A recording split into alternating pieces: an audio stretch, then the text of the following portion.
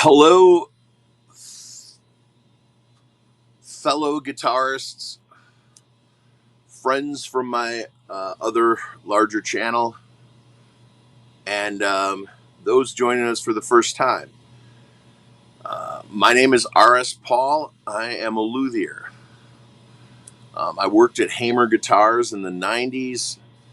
I was privileged to work on many guitars for many very accomplished musicians in studio, non-famous, or in most cases famous to the famous, and then those who are part of our mainstream um, Americana today.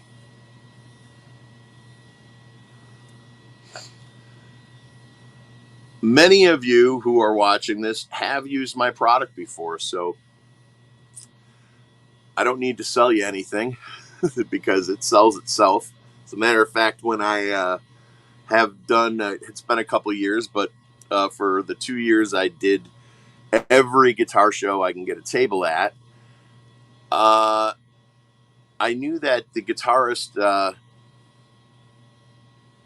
walking by my table already walked in the door with his favorite pick.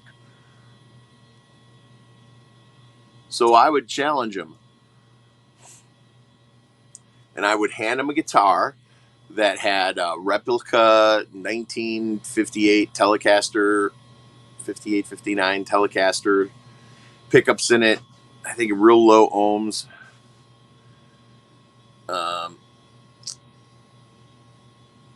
Nice, sweet sound, and literally in every single case except for two, people walked away with the product because it works. It does what I say it does. And this is Forever Pick. And this is a Mahogany Forever Pick. This one is quite thin. This was an experiment. I've been out of circulation for a couple years due to a eye injury that left me blind in one eye, and one eye only allows you no depth perception, hard to throw something in the garbage. Actually, I can only do that with my eyes closed, but not with them open. So let's get started on, let me tell you what's in front of us. These right here that you see with the grain on an angle, these are flexible guitar picks. Very, very flexible. And as a matter of fact, it's very hard to find, even though I buy ebony from the same species, it's not nearly as flexible. I've never actually seen anything quite like this, and there's a very limited amount left. This might be close to the end of it. So when those are possible to make, I will, and that is probably the most popular product amongst acoustic players. But let's get started here. Each one of these woods produces a completely different tone. Please don't tell me this is swamp ash. No, good. Okay. That's maple. A completely different tone, and at the same time eliminates string noise. Now, I made my first pick, and the reason why it's called Forever Pick, besides the fact that all the competitors, which oddly have the word USA or America in their product title, are all made in China, and they break. And they're all going to break because the dryness of the wood is constantly changing. As a matter of fact, if you want to tell if you ever open your guitar case and one of these mediums are curling, you have a serious problem on your hands as far as keeping your guitar in the 40-45% moisture rate. Pardon me while I'm looking for something. That'll do. So anyways, if you have owned a forever pick, there are people who can take one pick and it will literally last for years. There are other people that take one pick and it'll last them one night. Most of the people who purchase this product, like I said, are studio musicians. Like my repeat customer base is predominantly studio musicians. I'm sending these things to Beverly Hills, Hollywood, Nashville. Those are my three main zip codes that I'm mailing these to, and I'm not bragging. I'm just telling you that's the way it is. So what I'm doing right now, I have cut these out by hand, and what I'm doing now, I take them on a piece of sandpaper to get them down to their shape, and then what I do is I need to fill in the grooves. And I thought I'd start with this one because this one is actually twice as thick. I was doing, like I said, I was doing an experiment. But what I'm trying to do is I'm trying to sand on an angle. I'm right now using 220 just to fill in with as much of that dust as I can to create the blade.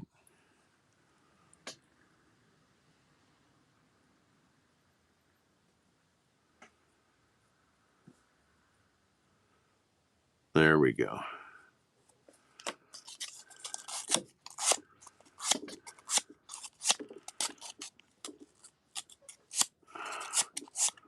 This sandpaper is not doing me any favors today. I thought it was going to be too coarse.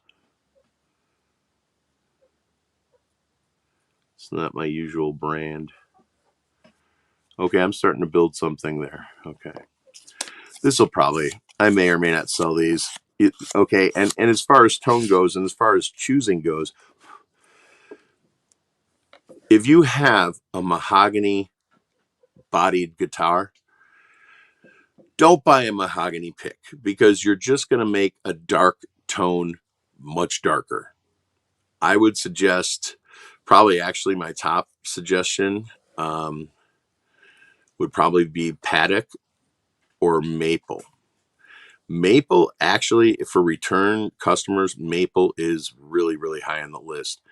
I would say my favorite three tones are, and there's not going to be, because if you play a Purple Heart pick, which I probably have nearby, this is going to California to a friend, not a musician.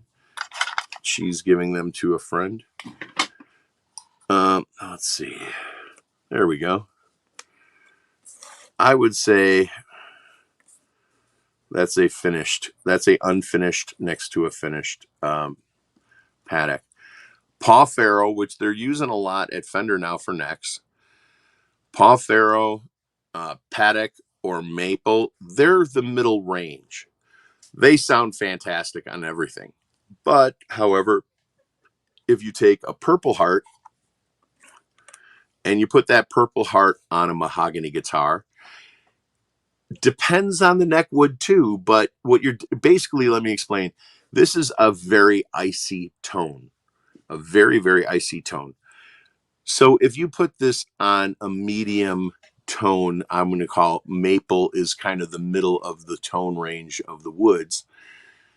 It may, especially through if you're playing like a Fender Stratocaster that has a single coil pickup, it's going to be a very icy tone. It's not a bad tone, but I'm just using that word icy as in it's going to produce a higher pitch.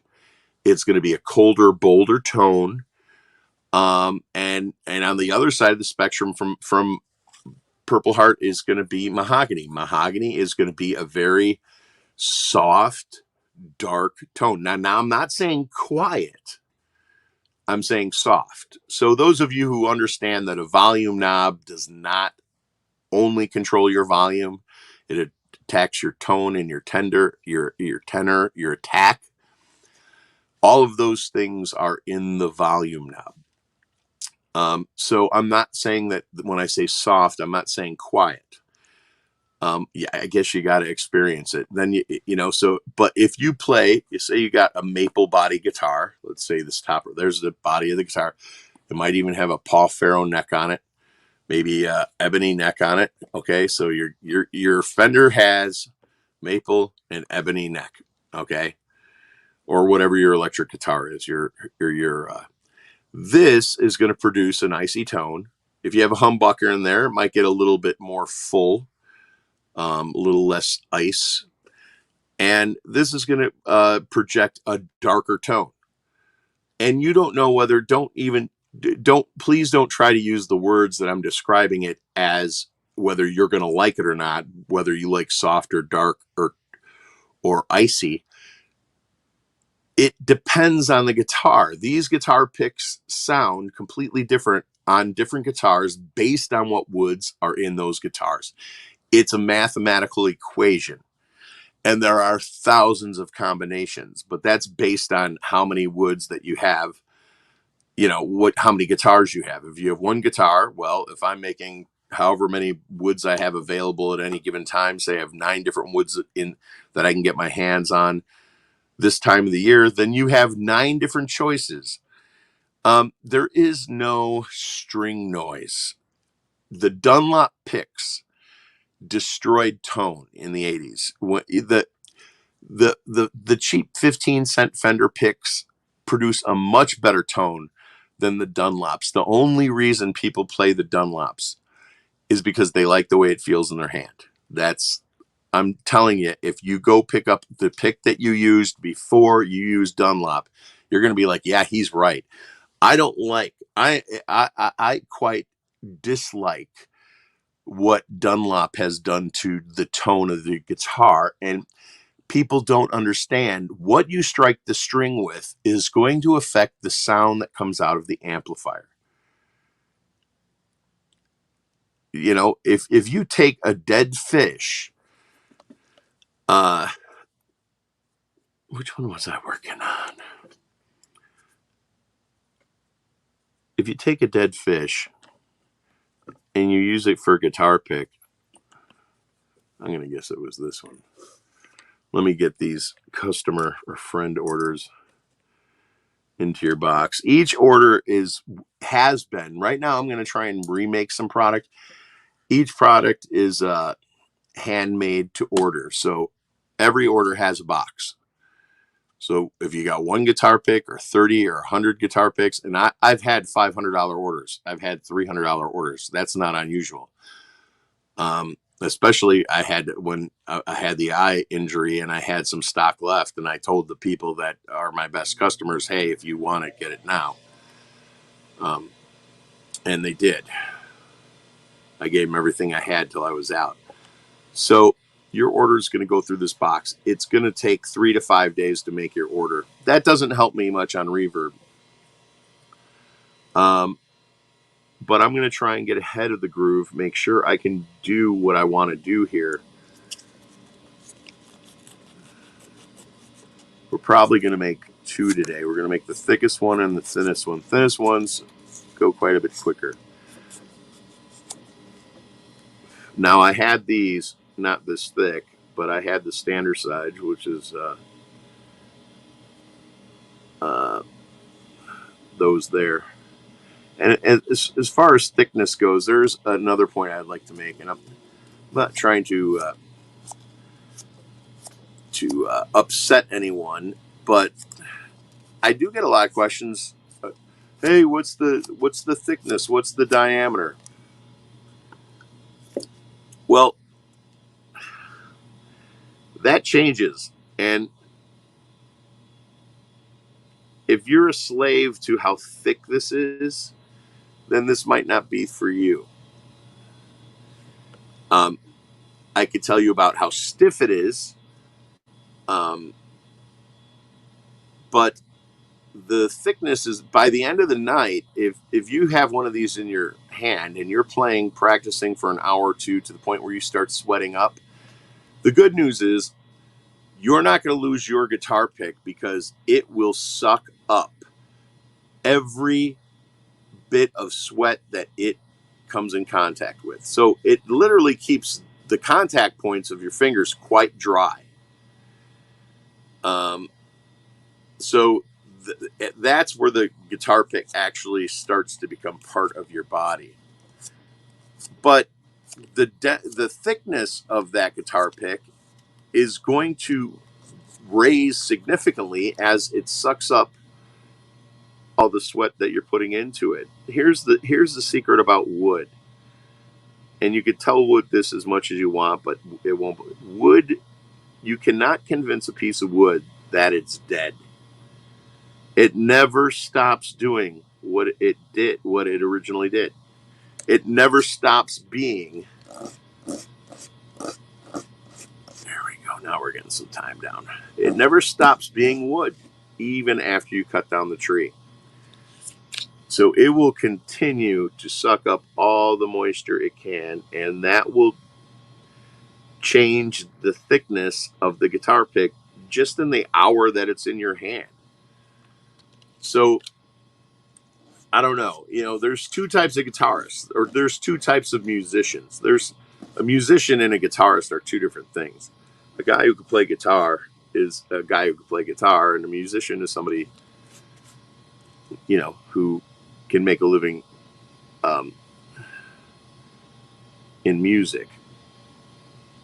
So that really is two different customer bases.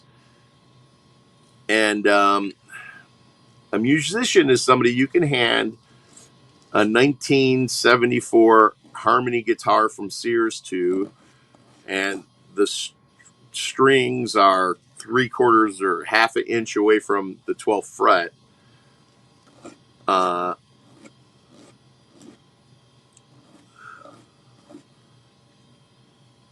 And he can make it sound good.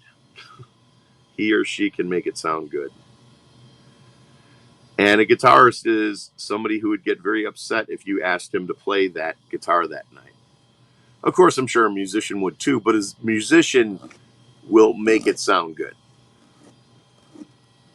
And a guitarist may say, I'm not playing tonight. And I'm not putting anybody down. I'm not a musician. I'm barely a guitarist. I make guitars much better than I play guitars.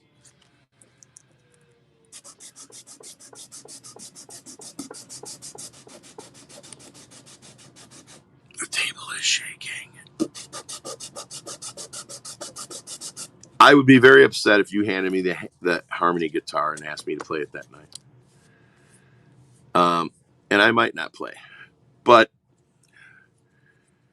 so people who are stuck on the density or the thickness of their pick, stick with that. But are you limiting yourself? And everybody I mean everybody but two people, and the two people that walked away from my table, and then I'd see the same guys at the same guitar shows, and especially one guy who's got a pretty big YouTube channel. His wife was she was an acoustic guitar player, and she used the maple and the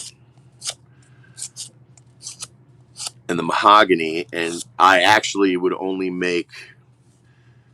I didn't want to sell these in a flexible because they just weren't past my sniff test all the way like the ebonies were, like the longevity of the pick.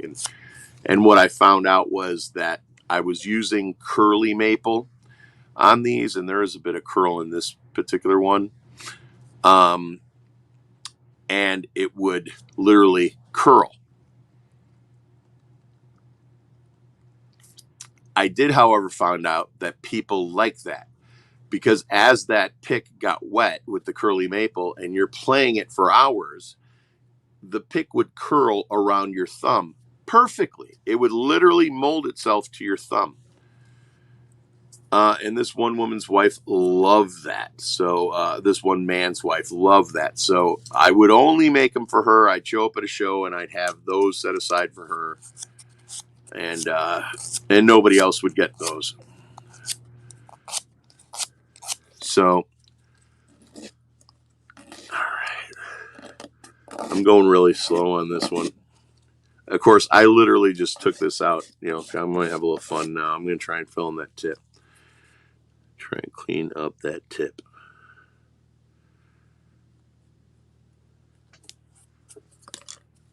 Now, what the reason why I'm doing this video and letting you is this is how you would repair one. If you're one of these people that are gonna, you know, that are hard, like they're again with guitarist and musician. A musician doesn't always attack his string at the same rate. A guitarist like myself, I only have one speed and one attack speed on a string. You know, I mean, of course, different genres are different, but a musician is aware of the power initiated in the contact for every of the 6 strings, because it may not be the same all the way through, in the tone. I, on the other hand, I don't have that ability. So a musician has that ability to change the attack and the approach to each, and the speed to each string. The inertia, I think, is the correct word. And a guitarist like myself, who is, you know, barely a guitarist,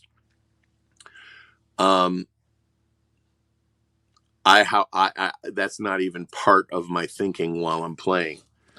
And that may be why a lot of the same people come back, but and you know, that's why I have the same customers, and they are generally on the side of, they are studio musicians competing with other studio musicians to get gigs on a constant basis so they could feed their family, and they need a upper hand on each guy that they're playing against, because all those guys could play anything. You know, when you get to a certain point, there isn't better. It's just different. You know, there's when you're a professional studio musician in Nashville, and you're making a full-time living at it, chances are you're just as good as everyone else in Nashville. It's really who you're friends with at some point.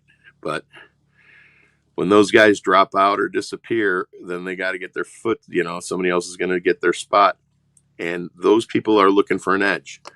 And this is an edge, because you could take that 1970s harmony guitar and, you know, I just bit off more than I could chew today with this one. It really feels like it got petrified. I mean, whoa.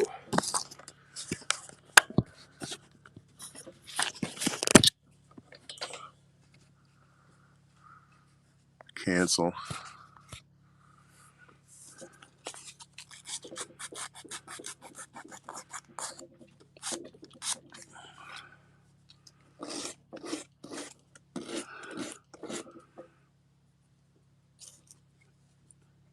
So I'm not saying that these picks are not going to be appreciated by people who don't make a living playing their instrument. I am, however, saying I think they're best for studio use, because anyone would be able to hear the difference between this and this. Anyone. And they would both be beautiful, but they would both be just like the studio musicians. They're both equally good, but very different. They both provide the same service, but it really is a flavor. It's a completely different flavor, each one of these.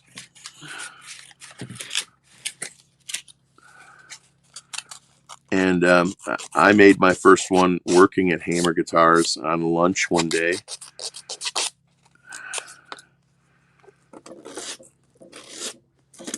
Ooh.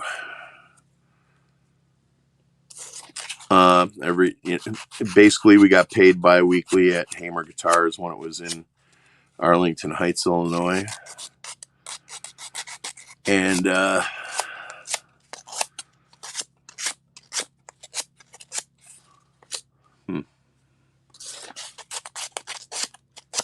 and I went whittling one day and made myself a guitar pick out of Koa. That is a native of Hawaiian.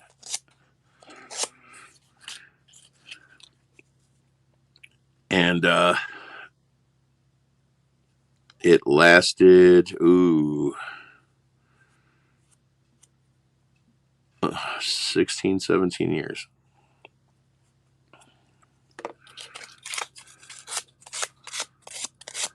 Just filling it in. Now, I continue doing this until I can't find any pits. I mean, the blade is the most important part to keep this together. But I will tell you, it will never, ever, ever, ever crack in your hands. If you're an aggressive player, like I was saying earlier, you may have the ability to wear this down quicker than someone else. This might last somebody 16 years. This might last you one night, depending on how aggressive of a player you are,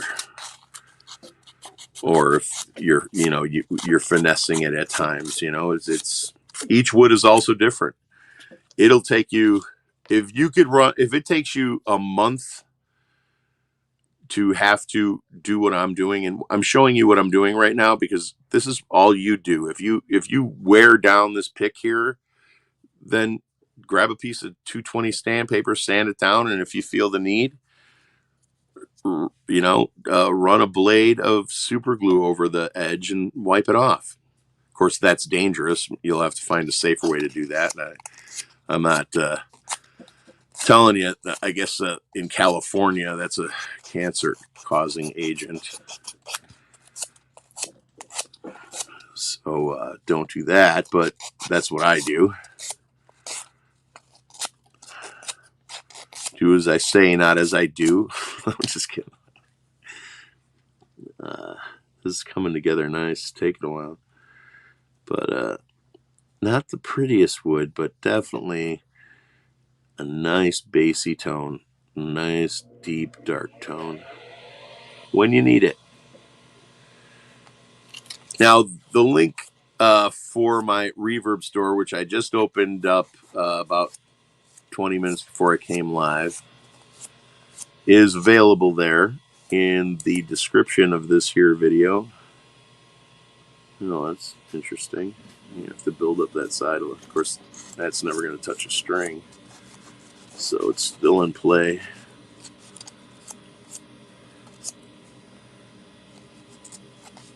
Oh boy, I love doing the tips, man. That is my favorite part right here.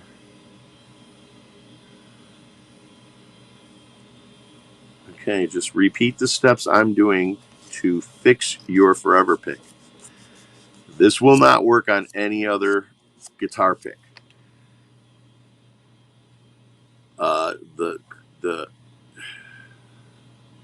It may work on that Canadian brand, but it won't work on any brand that starts with the word U.S. and is made in China or America.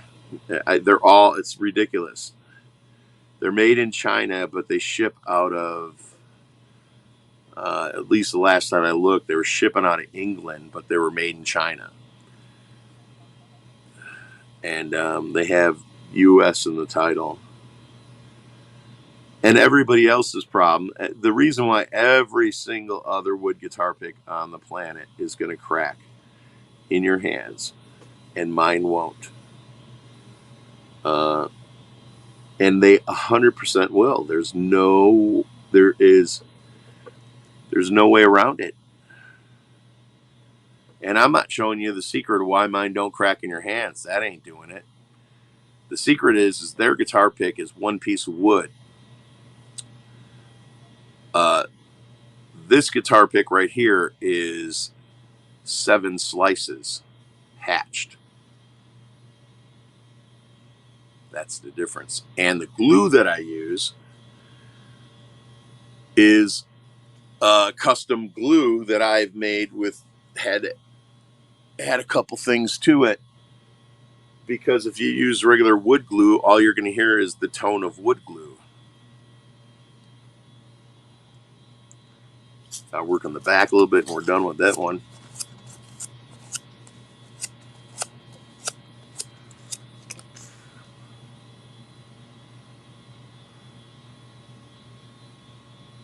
Oh, this is so relaxing to do. Trust me.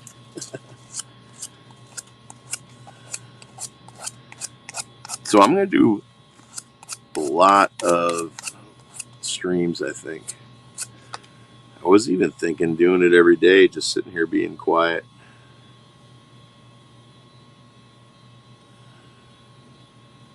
And doing my thing. I mean, if people are watching videos of ladies uh, picking up lollipops and smacking them together, because I don't know how. Oh yeah, I remember how I made a funny video on one of my other channels about M&M candies, and then every time I searched for it, that would come up below it. All right,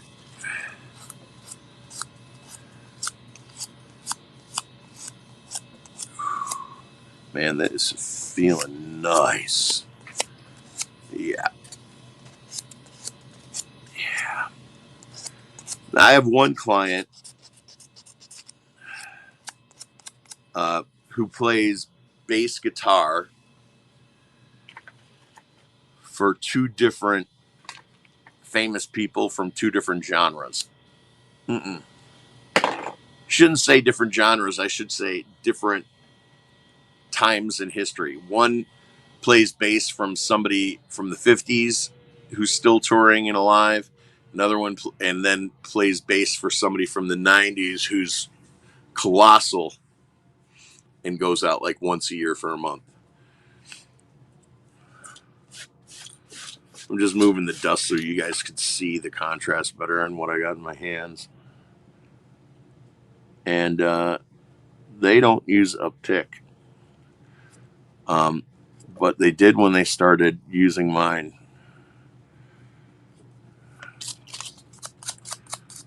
I have some pretty notable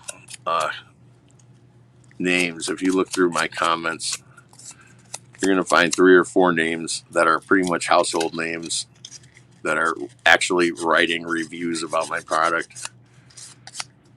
They're very, I was very blessed that they took the time to do that, but I must have moved them to get them to do that. And I'm not going to, they don't endorse my product. They pay full price. I don't give these free to any, there's too much time.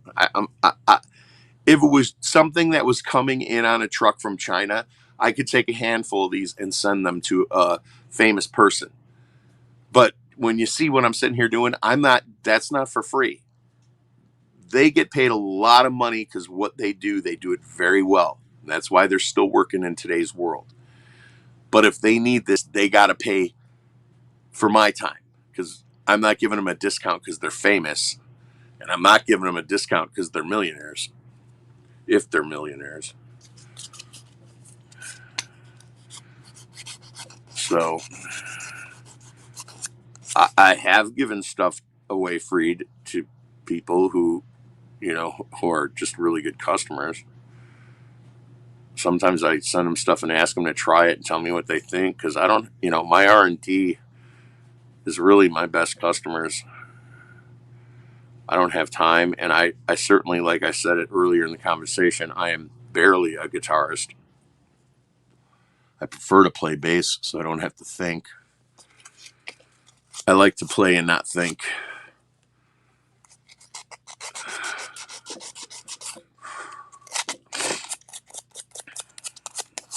Yeah, when I come up with a new idea, I try and throw, hey, let me know what you think of this. Let me know what you think of that. And there's less than 10 people in that circle, probably less than 7.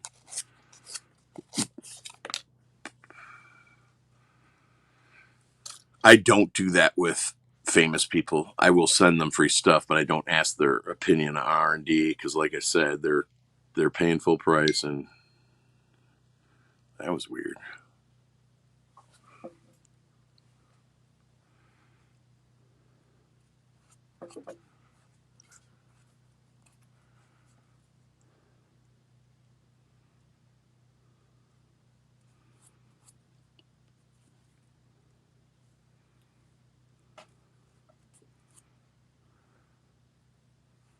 I'm pretty happy with the tip. Actually, let me switch to 500. This is where all the defects come out, right where I can see them.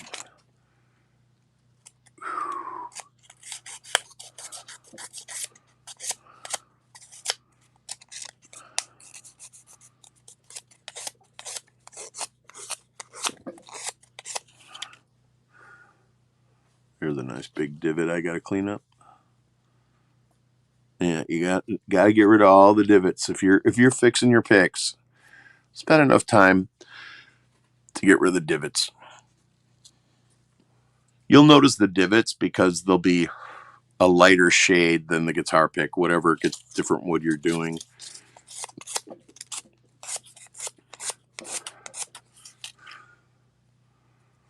Okay, 500.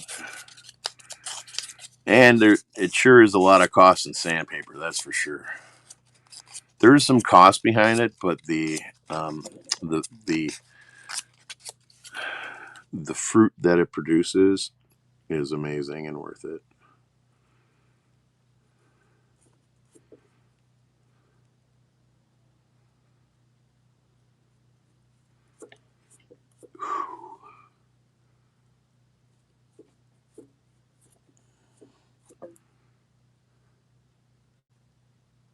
You got an acoustic with a lot of maple in it, this would be a good one.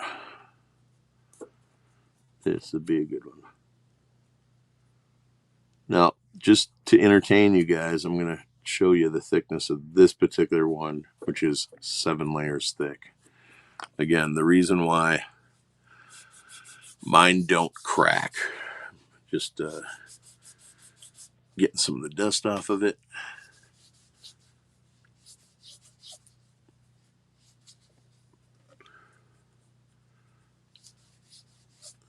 Giving it a knee polish.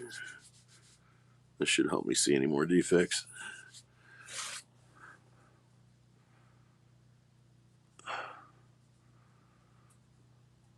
That finger's got some super glue on it.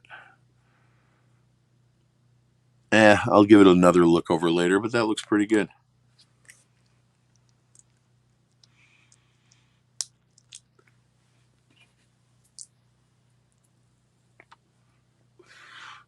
So, you know what? I'll do another one next time. This is a good start. I want to thank you all for joining me today. Keep an eye on the Forever Pick on Reverb site. The link is in the description, and I'll be posting stuff slowly but surely. And we're going to get back to speed. Today's date is February 12th, 2022. Peace and love worldwide. Live your life before your life lives you.